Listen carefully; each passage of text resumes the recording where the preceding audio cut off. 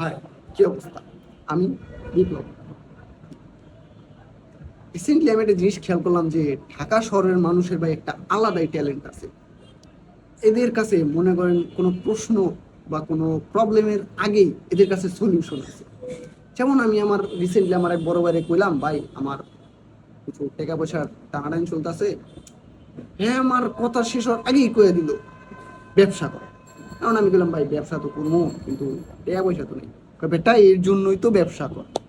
And আমি মনে মনে ভাবতাছি, ভাই আপনার এই আপনার এই লজিকটা যদি আমার স্কুলে শিখাইতো, তাহলে আজকে আমি নাসায় জব করতাম। নাসার চাকরি ভাই আমার কেউ কোনোদিন আটকাইতে পারতো না। আর যদি ঢাকা শহরে আপনি মনে করেন রাস্তায় বাইরন, ঢাকা শহরে দেখবেন আপনি গুগল ম্যাপ কইতাছে এক কথা, রিক্সাওয়ালা কইতাছে আর এক কথা, আর সিএনজি কইতাছে আর এক কথা। শেষে আপনি কইবেন, আল্লাহ আমি কই যাইতাছি আল্লাহ। শেষ। এদের কাছে আসলে মনে করেন যে বিভিন্ন রকমের সলিউশন জানা আছে। এরা বিভিন্ন রকম সব সমস্যার সমাধান আছে, কিন্তু এদের এগো কাছে মনে করেন কোনো প্রশ্নই আসলে নাই। আজকের জন্য এ পর্যন্তই। ধন্যবাদ।